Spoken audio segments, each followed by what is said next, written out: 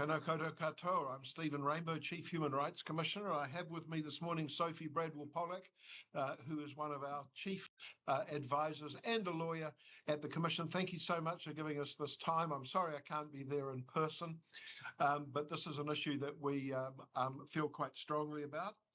Because the Commission opposes both the end to same-day enrolment and voting, which will be the focus of my comments today, and also the ban on prisoner voting. The Commission's written submission goes into some detail on these matters, but I'm just going to talk about some high-level issues. As the bill seeks to replace the ability to enrol and vote on election day with a requirement that people register at least 13 days before the election. And I wish to focus on the impact of this change, particularly on younger voters, the very people who we most need to engage in democracy as we move forward. At the outset, I also note the broader implications this amendment will have on groups that historically have lower enrolment rates, including Māori, Pacific and Asian communities. I'd like to begin by addressing the wider societal concerns that provide a context for this amendment. In many regions of the world, democracies are in decline. I saw Sir Jeff Palmer the other day referring to the dangers of democratic decay and a pronounced trend towards authoritarian globally. And then on social media, I think as recently as last evening, I saw Professor Jonathan Boston from Victoria say that democracy in New Zealand should not be seen as inevitable. In other words, democracy is something very precious and fragile and something that we need to protect. While trust in New Zealand's institutions remains relatively high compared to many countries, recent studies show that public confidence in our institutions and political leadership is indeed fragile. So the Helen Clark Foundation work that I'm sure you're familiar with showed a high level of skepticism about politics, with 32% saying government leaders abuse their power, rising to 41% among under 30s and 56% among Māori. These findings highlight widespread dissatisfaction with our governance structures. And research by the globally renowned Freedom House has found that the world's young people are increasingly disengaged from political life, with lower levels of participation in elections among young people across the world. Now, actually, in New Zealand, voting for young people has been increasing over the past 10 years, but turnout is still much lower among young people than older cohorts. Freedom House suggests that in addition to lower electoral turnout for youth, their satisfaction with democracy is declining, and many feel excluded from important decisions that affect their lives. Measures that restrict access to voting, particularly for young people, risk deepening the distrust in our democracy. And I want to be quite explicit at this point, committee members. This is not just about democracy for democracy's sake. Democracy is the best safeguard for human rights. And if I might add a personal note, democracy is also the best means by which minorities get their human rights progressed. And as a gay man, if it were not for the democratic system that we are blessed to live in, none of the progress, including homosexual law reform nearly 40 years ago, would have occurred were we not living in a democracy. Democracy empowers the powerless and enables them to progress their human rights. And central then to democracy, of course, is the right to vote, the most fundamental right in domestic and international human rights law, often described as the cornerstone of democratic systems. Section 12 of the Bill of Rights Act guarantees that every New Zealand citizen aged 18 and over has the right to vote in free and fair elections, reflecting Article 25 of the International Covenant on Civil and Political Rights.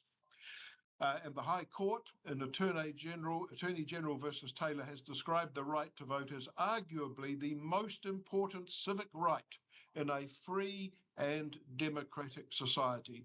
Similar assessments are made by the UN Human Rights Committee, who said that the right to vote lies at the very core of democratic government based on the consent of the people. So currently New Zealanders can enrol to vote right up until election day. This ensures that participation is maximised. And we believe that the changes that are proposed reverse a long-term trend of making it more easy for people to vote. It's reversing that trend. And young people will be disproportionately impacted by these changes. In the 2020 general election, for example, 78% of 18 to 24-year-olds were enrolled to vote, compared with 99.8% of those aged 50 to 69. Nearly half of those who failed to enrol were aged 18 to 24. Many of these young people are first-time voters, unfamiliar with enrolment processes and deadlines.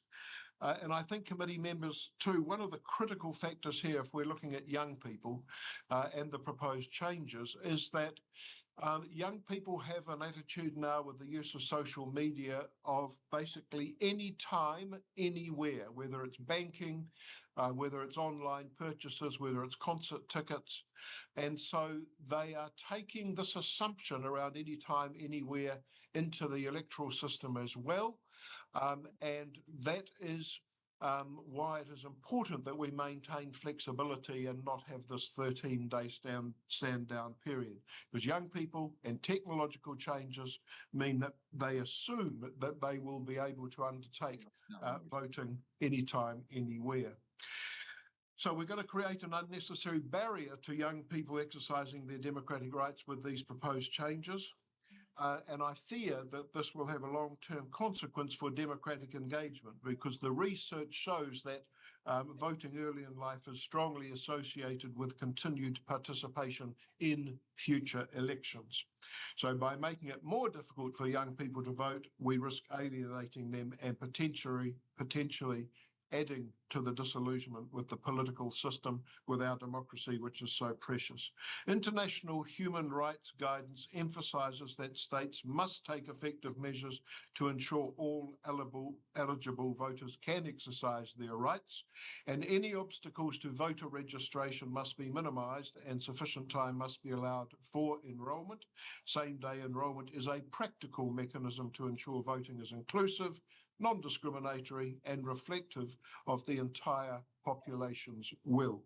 In conclusion, closing voter registration for 13 days before polling would disproportionately disenfranchise young people, undermining the principle of equality central to our democracy, and it risks long-term disengagement from political participation, reduces trust in democratic institutions, and is inconsistent with our obligations under the Bill of Rights Act, as I'm sure other submitters have argued, as well as our international human rights standards.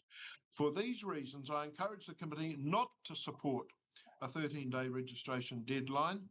Instead, changes to the electoral system should focus on maximising participation, on increasing the trend towards making it more easy for people to vote, particularly young people, Māori, Pacific and Asian communities who are too often disenfranchised.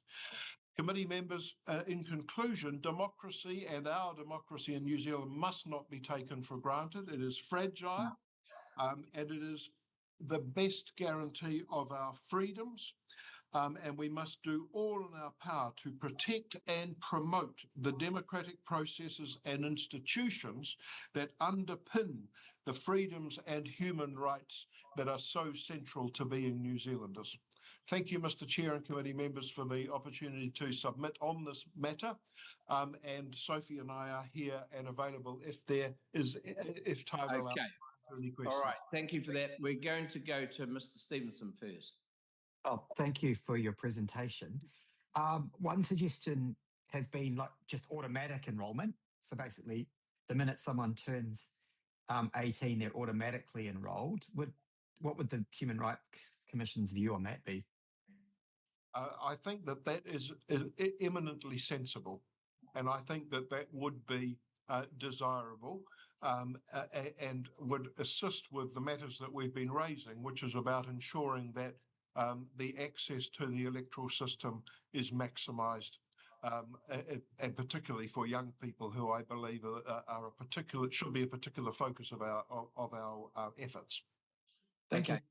I've got Dr. Duncan. Sophie would like, sorry, Todd, Sophie would like to add a comment on that, if that's okay. Sorry, Mr. Stevenson. So obviously in New Zealand, we don't have a compulsory voting system like, let's say, in Australia.